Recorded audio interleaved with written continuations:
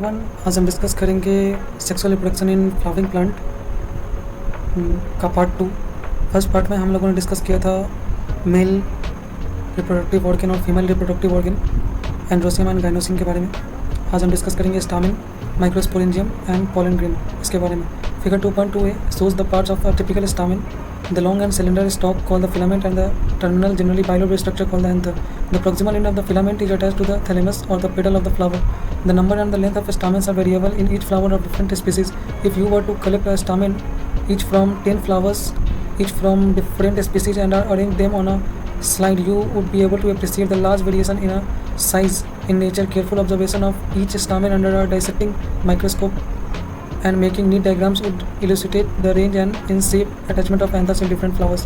तो फिगर 2.2 जो है, इस फिगर के बारे में बात किया जा रहा है, वो शो कर रहा है स्टामेन के बारे में। स्टामेन के दो पार्ट होता है, एंथर और फिलामेंट। उसके बारे में फिलामेंट होता है वो लॉन्ग होता है, लॉन्ग और सिलेंडर पार्ट जो होता है वो फिलामेंट होता है। लॉन्ग एंड सिलेंडर स्टॉक उसको फिलामेंट बोलते हैं। और टर्मिनल एंड द टर्मिनल जो होते हैं वो जनरली बाइलोब स्ट्रक्चर होते हैं। Bilobe means two lobed, bilobe means two lobe structure जो होते हैं उसको बोलते हैं anther. Proximal end of the filament, proximal means नीचे वाला एंड जो होता है वो कनेक्ट होता है थैलेमस से और पेटल ऑफ द फ्लावर से। और नंबर और लेंथ जो होते हैं स्टामेंस के वो वेरिएबल होते हैं। फ्लावर्स ऑफ डिफरेंट स्पीसीज के डिफरेंट फ्लावर में वो सब वेरिएबल होते हैं, number of length and number and length of stamens दोनों। If you were to collect stamens each from 10 flowers, अगर आपको स्टामेंस को कलेक्ट करना हुआ 10 फ्लावर से, डिफरेंट स्पीसीज़ के फ्लावर से, और उसमें उनको स्लाइड पे रख के अगर आप ऑब्जर्व करेंगे केयरफुली तो अंडर अ डाइसेक्टिंग माइक्रोस्कोप में आप उसको ऑब्जर्व करेंगे कि वो सब जो है एक जैसे नहीं है और वो उन सब में बहुत ज़्यादा डिफरेंसेस है। इन दी रेंज इन शेप में भी और अटैचमेंट ऑफ एंथर से अटैचमेंट में भी in different flowers. A typical angiosperm anther is bilobed with each lobe having 2 थिका। और टिपिकल एंजियोस्पर्म में जो होते हैं वो बाइलोब होते हैं। बाइलोब मीन्स 2 और ईच लोब में 2 थिका होते हैं। इसके बारे में बात किया गया है। ये जो होते हैं वो बाइलोब होते हैं। ये 1 लोब हो गया, ये दूसरा लोब हो गया, और ईच लोब हैज़ 2 थिका। ये थिका हो गया, एक ये थिका हो गया। They are dithecous. ओपन और longitudinal groove runs lengthwise separating the theca. और ये लॉन्गिट्यूडनल जो है ग्रूव जो है वो रन करता है, सेपरेट करता है इस दोनों थिका को। Let us understand the various tissues and their organization in the transverse section. Transverse section में देखेंगे कि इनके पार्ट क्या क्या होते हैं। फिगर 2.3 में देखेंगे इसको। The bilobed structure of anther is very distinct in the transverse section. Transverse section में bilobed structure जो होता है बहुत ज़्यादा डिफरेंस हो जाता है। वहाँ पे एंथर जो होता है वो 4 साइडेड हो जाता है, टेट्रागोनल हो जाता है, कंसिस्टेंट ऑफ 4 माइक्रोस्पोरेंजिया, जिसमें 4 माइक्रोस्पोरेंजिया होते हैं लोकेटेड एट द कॉर्नर, जो कॉर्नर में लोकेटेड होते हैं। The microsporangia develop further and become pollen sacs. और माइक्रोस्पोरेंजिया ही पोलन सेक्स बाद में बनते हैं। They extend longitudinally all through the length of an anther and are packed with pollen grains. वही एक्सटेंड होते हैं लॉन्गिट्यूडनली पूरी लेंथ में एंथर के, और वो पैक्ड हो जाते हैं पोलन ग्रेन्स से। स्ट्रक्चर ऑफ माइक्रोस्पोरेंजियम, माइक्रोस्पोरेंजियम का स्ट्रक्चर क्या होता है। In a transverse section a typical microsporangium appears near circular in outline. Typical microsporangium जो होते हैं वो सर्कुलर होते हैं। 2.3 में देखेंगे इसको। It is generally surrounded by 4 walls होते हैं उसके अंदर। पहला है एपिडर्मिस, दूसरा है एंडोथीसियम, तीसरा है मिडिल लेयर और चौथा है tapetum. The outer 3 wall layer perform the function of protection and help in dehiscence of anther to release the pollen. और जो 3 वॉल लेयर है वो उनका फंक्शन जो है वो बताया गया, जो बहुत ज़्यादा इंपॉर्टेंट है, एग्जाम में पूछा भी जाता है। प्रोटेक्शन के लिए वो यूज होते हैं और डेहिसेंस ऑफ एंथर को टूटने में हेल्प करते हैं ताकि पोलन ग्रेन बाहर आ सके और पोलन ग्रेन का यूज हो सके as an seed. The inner most wall layer is the tapetum. और सबसे अंदर वाला जो लेयर होता है उसको बोलते हैं टेपेटम। ये जो है नरिशमेंट प्रोवाइड करता है पोलन ग्रेन्स को।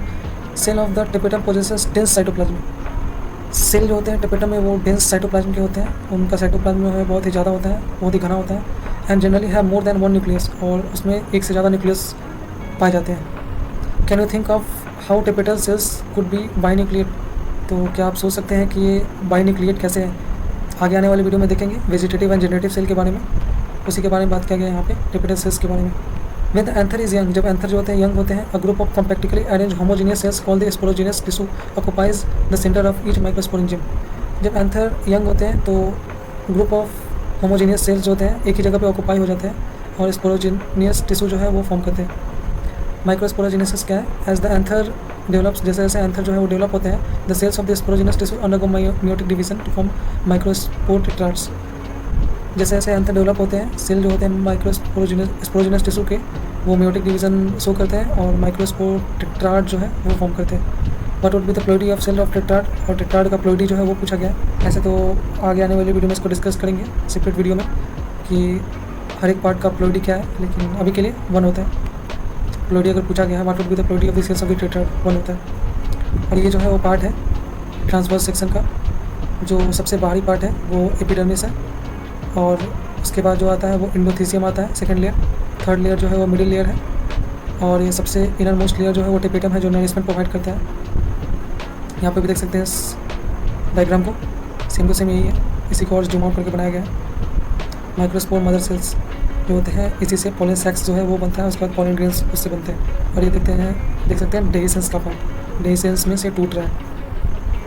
And it cell of sporogenous tissue is capable of giving rise to a microspore tetrad. और एक एक सेल जो होता है स्पोरोजिनस टिश्यू का, वो माइक्रोस्पोर टेट्राड जो है वो फॉर्म कर सकता है। Each one is a potential pollen, और हर एक जो है वो पोटेंशियल पोलन है या माइक्रोस्पोर मदर सेल है। The process of formation of microspore from pollen mother cell through meiosis is called microsporogenesis. और जो फॉर्मेशन है माइक्रोस्पोर्स का फ्रॉम पोलन मदर सेल से जो फॉर्मेशन होता है माइक्रोस्पोर्स का मियोसिस द्वारा, उसको माइक्रोस्पोरोजेनेसिस बोलते हैं। The spores they are formed are arrange in a cluster of 4 walls. और जो स्पोर जो है वो फॉर्म होते हैं, उसका भी जो है वो 4 पार्ट होता है। Cluster are arrange in a cluster of 4 walls, उसका 4 वॉल्स होता है। द माइक्रोस्पोर टेट्राड, उसको माइक्रोस्पोर टेट्राड बोलते हैं। फिगर 2.3 मीन्स ये वाला पार्ट जो है वो शो कर रहा है।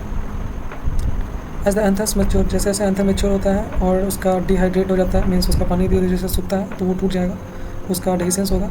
The microspores dissociate from each other, microspore जो होते हैं वो डिसोसिएट हो जाते हैं और develop into pollen grains, pollen grains जो होते हैं उसमें डेवलप होने लगते हैं। फिर इनसाइड ईच माइक्रोस्पोरेंजियम, और एक एक माइक्रोस्पोरेंजियम में सेवरल थाउजेंड्स ऑफ माइक्रोस्पोर जो होते हैं वो फॉर्म होते हैं और रिलीज होते हैं डेहिसेंस के वक्त। 2.3 सी मीन्स ये वाला पार्ट जो है वो शो कर रहा है डेहिसेंस का।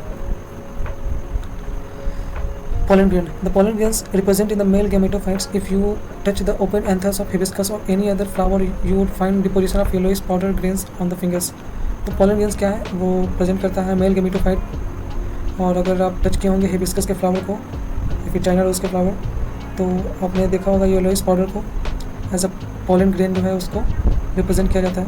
और अगर ये स्प्रिंकल करेंगे this grains on a drop of water, पानी में, taken on a glass slide and observe under a microscope, you will really amazed at the variety of architecture, say sizes, shapes, colors, designs seen on the pollen grains.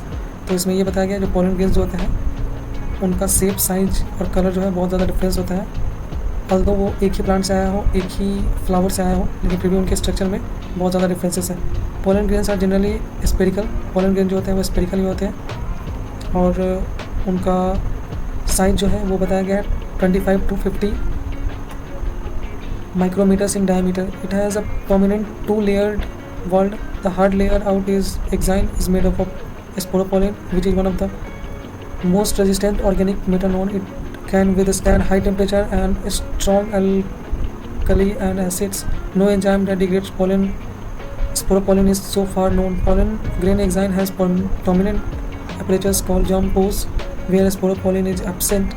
Pollen grains are well preserved as fossils because of the presence of sporopollen. The exine exhibits a fascinating array of patterns. Why do you think the exine is so hard? तो इसमें जो है वो discuss किया गया है इसके size के बारे में। जो पोलन ग्रेन जो होते हैं 25 से 50 माइक्रोमीटर के बारे में, माइक्रोमीटर होते हैं डायमीटर में। और इसके 2 लेयर होते हैं। आउटर लेयर जो है वो एक्साइन है, इनर लेयर जो है वो इंटाइन है। अभी आउटर लेयर के बारे में डिस्कस किया है। एक्साइन के बारे में is made up of sporopollenin, जो स्पोरोपोलिन से बना होता है, which is one of the most resistant organic material known. और ये सबसे ज़्यादा रेजिस्टेंट होता है, मीन्स ये बहुत ही ज़्यादा मजबूत होता है, जो हाई टेम्परेचर और स्ट्रॉन्ग एसिड और अल्कली को भी झेल सकता है। No enzyme that degrades sporopollenin is so far known, और कोई भी ऐसा एंजाइम नहीं है जो स्पोरोपोलिन को डिग्रेड कर दे, और ऐसा अभी तक खोजा भी नहीं गया है कोई एंजाइम। पोलन ग्रेन एक्साइन जो है वो परमानेंट टेम्परेचर है जम्प पोस्ट के, उसी से जम्प पोस्ट जो है वो निकलते हैं। वेयर स्पोरोपोलिन इज एब्सेंट, जहाँ पे स्पोरोपोलिन जो है एब्सेंट होते हैं वहीं पे जम्प पोस्ट जो है वो डेवलप करते हैं। pollen grains are well preserved as fossil fuels, और pollen grain को जो है fossil fuels की तरह वो प्रिजर्व करके रखता है। एक्साइन लेयर जो है वो जो बना होता है किससे, स्पोरोपोलन से। Because of the presence of sporopollenin, यहाँ पे बोला भी गया है presence of sporopollenin, the exine exhibits a fascinating idea of patterns and designs, और एक्साइन का जो पैटर्न है वो बहुत ही अलग अलग है। What is the function of जंपो, और ये दो क्वेश्चन जो है वो दिया गया है, जो आप खुद सोचिए क्या होगा कि एक्साइन जो है इतना हार्ड क्यों है, और ऐसे तो ये आंसर ऊपर दे ही दिया गया है, लेकिन फिर भी डिस्कस कर सकते हैं इसके बारे में। और what is the function of जंपो, और जंपो का क्या फंक्शन है। The inner wall of the sporopollenin, the inner wall of the pollen grain is called the intine. It is a thin and continuous layer and is made up of cellulose and pectin. The cytoplasm of pollen grain is surrounded by plasma membrane. When the pollen grain is mature, it consists two cells, vegetative and generative cell. The vegetative cell is bigger, has abundant food reserve and a large irregularly shaped nucleus. The generative cell is small and floats in the cytoplasm of the vegetative cell. It is spindle shaped with dense cytoplasm and a nucleus. In over 60% of angiosperm, pollen grains are set at this two-cell stage. In the remaining species, the generative cells divide mitotically to give rise to the two male gametes before pollen grains are set 3-cell stage. तो यहाँ पे जो है वो बोला गया है, inner wall जो है पोलन ग्रेन का जो इंटाइन से बना होता है और ये कंटिन्यूस लेयर होता है।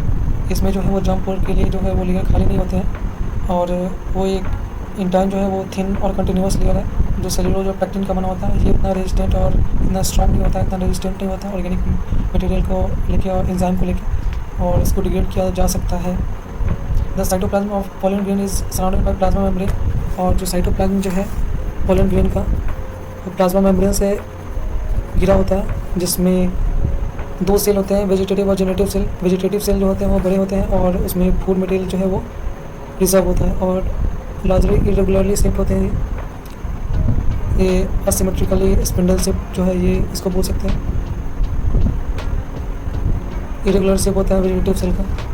और जेनेटिव सेल जो है वो स्मॉल होते हैं, छोटे होते हैं और फ्लोट करते रहते हैं साइटोप्लाज्म में, वेजिटेटिव सेल में ही, वेजिटेटिव सेल के अंदर भी कभी कभी। It is the spindle shape, और ये स्पिंडल शेप होते हैं dense cytoplasm and nucleus. In over 60% of the angiosperms pollen grains are cell at the 2-cell stage, और 60% एंजियोस्पर्म में 2-cell स्टेज में ही पोलन ग्रेन जो है वो एग्जिस्ट करता है। और रिमेनिंग स्पीसीज में जेनेटिव सेल जो है वो 3-cell स्टेज जो है उसमें एग्जिस्ट करता है, और ये बाद में डिस्कस होगा अभी कि 2-cell स्टेज और 3-cell स्टेज क्या है। 2-cell स्टेज में जो है वो वेजिटेटिव और जेनेटिव सेल ही होता है, लेकिन 3-cell स्टेज में जो है जेनेटिव सेल जो है वो उसका एक और पार्ट हो जाता है जब वो माइटोटिकली डिवाइड होता है। तो अभी देखते हैं पोलन ग्रेन को कैसे प्रिजर्व किया जाता है। Pollen grains of many species cause severe allergies and bronchial afflictions in some people, often leading to chronic respiratory disorders, asthma, bronchitis, etc. It may be mentioned that Parthenium, or a grass root that come into India as a contaminated food, contaminated with imported wheat, has become ubiquitous in occurrence and causes pollen allergy. तो इसमें जो है वो बोला गया pollen grain जो है कितने लोगों में जो है वो एलर्जी और ब्रोंकियल एफेक्शन जो है वो कॉज कर देता है, और क्रोनिक रिस्पिरेटरी डिजीज डिसऑर्डर जो होता है वो भी होता है, अस्थमा हो गया, ब्रोंकियाइटिस हो गया। और पार्थेनियम ग्रास और ग्रास रूट जो है वो इंडिया में कैसा है, जो कंटामिनेटेड विथ इम्पोर्टेड वीट के साथ जो है, कंटामिनेटेड वीट के साथ जो है वो आया है पार्थेनियम ग्रास रूट, जिसका कोई यूज़ नहीं है, बस ये ubiquitous in occurrence and causes pollen allergy, जो पोलन एलर्जी जो है वो कॉज करता है। और लगातार जो है इसका फॉर्मेशन जो है वो खेतों में और अलग अलग प्लांट्स की जगहों पे वहाँ पे इसका ऑकरेंस होते रहता है। Pollen grains are rich in nutrients. It has become fashion in recent years to use pollen tablets as food supplements. In Western countries, a large number of pollen products in the form of tablets and syrups are available in the market. pollen consumption has claimed to increase the performance of athletes and race horses. तो pollen grain का जो है वो कुछ अच्छे part के बारे में डिस्कस किया गया है। ये पोलन ग्रेन जो होते हैं वो रिच होते हैं न्यूट्रिएंट में, और आजकल ये फैशन बन गया है in recent years to use pollen tablets. Pollen tablet का जो यूज़ होता है फूड सप्लीमेंट की तरह यूज़ किया जाता है वेस्टर्न कंट्रीज़ में। लार्ज नंबर ऑफ पीपल जो है वो पोलन प्रोडक्ट को लेते हैं as a form of tablet या फिर सिरप। और पोलन कंजप्शन जो है वो एथलीट और हॉर्सेस के लिए तो और भी ज़्यादा यूज़फुल है एज एन एनर्जी सोर्स। वो लोग यूज़ करते हैं इसका, और फूड सोर्स भी बोल सकते हैं।